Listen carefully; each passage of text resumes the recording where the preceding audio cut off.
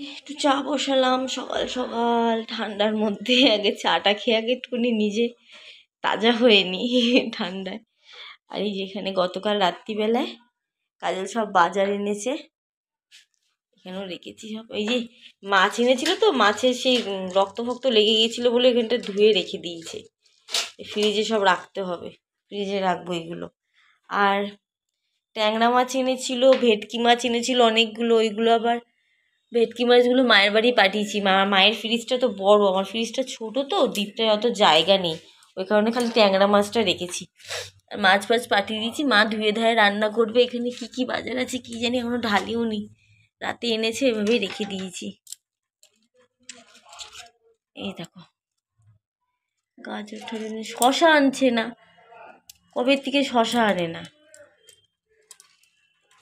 যখন ঢালবো তখন দেখবো কি কি আছে। এই যে ফুলকপি, এটাও ধুয়েছিলাম রাত্রিবেলা, জলও লেগে আছে, রক্ত লেগে গেছিলো। এভাবে রেখে দিলে না কেমন একটা কালো কালো হয়ে যেত, ওই জন্য আমি ধুয়ে রেখেছি এই জায়গাটা।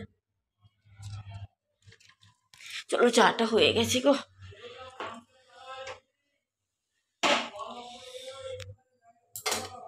আজকে আমি আর মেয়ে, কাজল নেই, কাজল আসবে না। একটু চা কড়াই খাই, কড়া খেলে ভালো লাগে, বিকার চা একটু কড়া না হলে ভালো লাগে না। বিস্কুটের কোটো ধরে নিয়ে যাবো। আর এদের অনেক দিনের মনে হয় ঘর তো, আমি তো আর একা থাকিনি। দেখো এগুলো কেমন হয়ে গেছে, দেখলে হয় নোংরা নোংরা লাগে, কিন্তু না, অনেক দিনকার তো, মুছতে মুছতে আরও গেছে। এইখানে সব কেমন সাদা সাদা হয়ে গেছে। তো চলো চাটা খেয়ে নিই আগে। আমার বাবান এখনো ঘুমাচ্ছে, আমার বাবান এখনো ওঠেনি। আর এই দেখো পদ্মা, এটাকে এখন ঘুরবো, ঘুরে হয়ে যাবো। জেঠিমা ঝাঁটা ঠিক করছে, ওপরের বাড়ি এলি জেঠিমা, ডাকে আগে খেয়ে নি চাটা।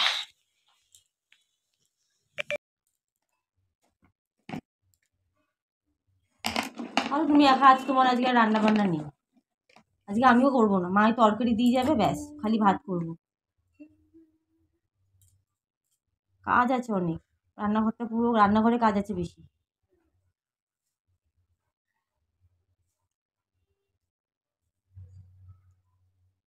পাম্প চালছিল, জল ভাসছে মনে হয়।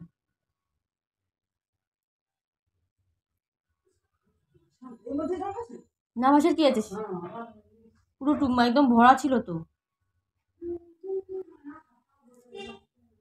হ্যাঁ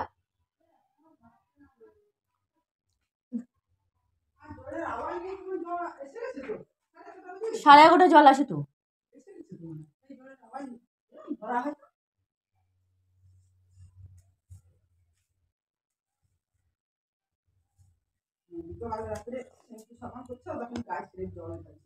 কি কে মিলি? ও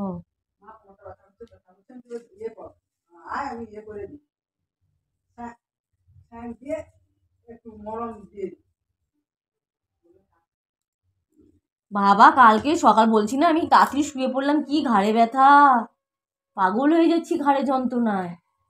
তারপরে সেই হট ব্যাগে গরম জল করলাম, তারপর দেখলে তো তাড়াতাড়ি শুয়ে পড়েছি কালকে দুপুরবেলার আগে, কোনো রকমে কাজ বাজ সেরেই শুয়ে পড়েছি। এত যন্ত্রণা করছিল আমার ঘাড়ে, এই শীতকালটা আসলে না খুব কষ্ট হয়।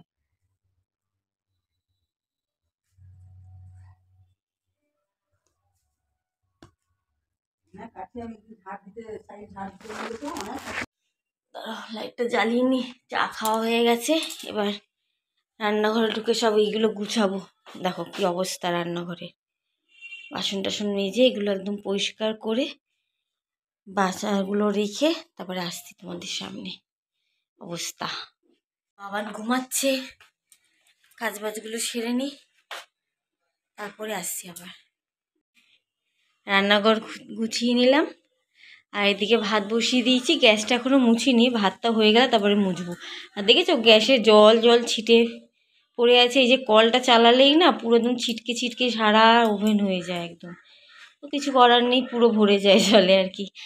তো এবার বাজারগুলো গুছিয়ে নিই, এই যে বাজারগুলো রেখে দিই ফ্রিজে, তারপরে কাজবাজগুলো আবার পুরো সারতে হবে, এখনও কিছু ঘরটর মোছা বাকি।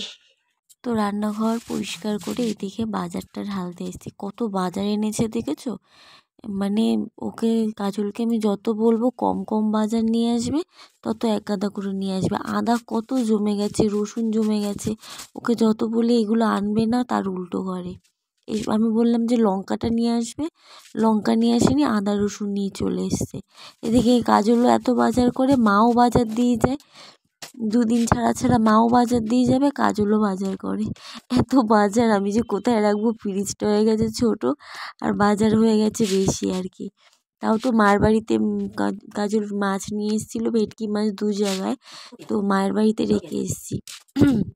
আর আমার গলাটা এরকম শোনা যাচ্ছে, ঠান্ডা লেগেছে তো, ওই জন্য গলাটা আমার এরকম মানে হয়ে গেছে। কত পেঁয়াজ আলু এত কে খাবে বলো তো?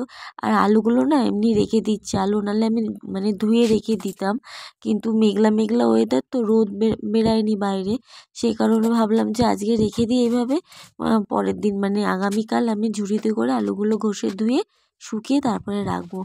নাহলে এই যে আলু ধুয়ে রাখবো তো শুকাবে না, খুব বাজে ব্যাপার, আলুগুলো নষ্ট হয়ে যাবে। আগের দিনও কতগুলো বাজার রয়েছে, মা বাজার দিয়ে গেছিলো, আবার কাজল কতগুলো বাজার নিয়ে এসছে। আর আমি বাজার আনলে এরকম প্লাস্টিক করে করে রেখে দিই ফ্রিজে, তাহলে কি হয়, টাটকা থাকে জিনিসটা, বেশ অনেক দিন যায়।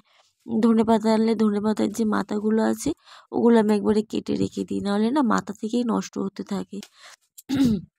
গাজর ক্যাপসিকাম এগুলো এনেছে, জানি না এগুলো দিয়ে কী রান্না হবে, আমি তো জানি না। গাজর ভাজা ভাজা এই সমস্ত খেতে পছন্দ করে না আমার মেয়ে, আমারও খুব একটা ভালো লাগে না। আমার গলাটা শুনে আমার নিজেরই কেমন লাগছে, যাই হোক। তো কাজল হয়তো কিছু করবে, ছুটি থাকবে যেদিনকে সেদিনকে করবে, আর আজকে কাজল বাড়িতে নেই, আজকে রান্নাও নেই। রান্না থাকলে হয়তো কিছুটা রান্না করাই হতো, কিন্তু কাজল যেহেতু নেই, মাই রান্না করে পাঠাবে। তো যাই হোক, বাজার সবজিগুলো গুছিয়ে নিচ্ছি প্যাকেট করে করে। আর এই যে এতটা বেশি হয়ে গেছে না, রাখতেও সমস্যা হয়, এত 3 জন মানুষ মানে রান্না তো হয় অনেকগুলোই, কিন্তু বেশিরভাগ মা তো ওই বাড়িতেও রান্না করে, আবার আমি এখন এখানেও রান্না করছি, মানে খাওয়ার থেকে তরকারি বেশি হয়ে যাচ্ছে। আমি যাই রান্না করি মাও পাঠিয়ে দিচ্ছে, আবার আমিও পাঠিয়ে দিচ্ছি। এক একদিন আবার আমি রান্না করলে মাকে বলে দিই ওই বাড়িতে তুমি রান্না করবে না, কেন বলো তো? এত তরকারি না লাস্টে মানে অতিরিক্ত হয়ে যায়, ফেলে দিতে হয়, ফ্রিজে জমে থাকে, মা এসে বকাবকি করতে থাকে, এই আর কি। তো চলো, তোমাদের সাথে কথা বলতে বলতে আমার সবজি গোছানো হয়ে গেল, আর টমেটোগুলো রেখে দিয়েছি, আগের কতগুলো টমেটো রয়েছে তার সত্ত্বেও আবার টমেটো এনেছে, যাই হোক ফ্রিজ আছে, নষ্ট হবে না, এই আর কি। তো চলো, ভিডিওটা স্কিপ না করে পুরোটা দেখতে থাকো। আর প্রচণ্ড ঠান্ডা লেগেছে, কথাটা কেমন হচ্ছে প্লিজ তোমরা কিছু মনে করো না।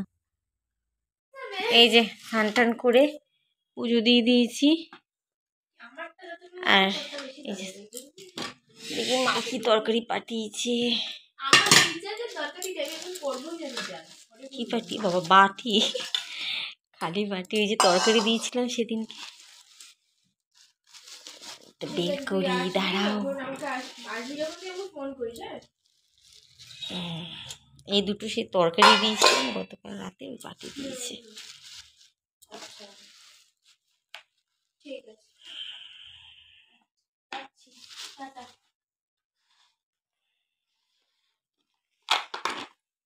এই যে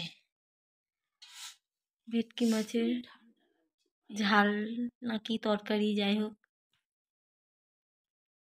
দেখবো বই আমরা দুজনে। সাউন্ডটা কমা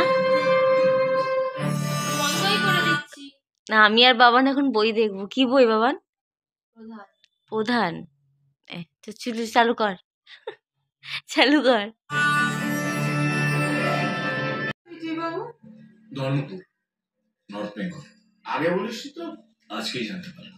রাতের খাবার ডিনার কমপ্লিট করছি। চিকেন কাবাব র্যাপ। খা তো দেখি কেমন খেতে থাকে, বল তুই খেয়ে।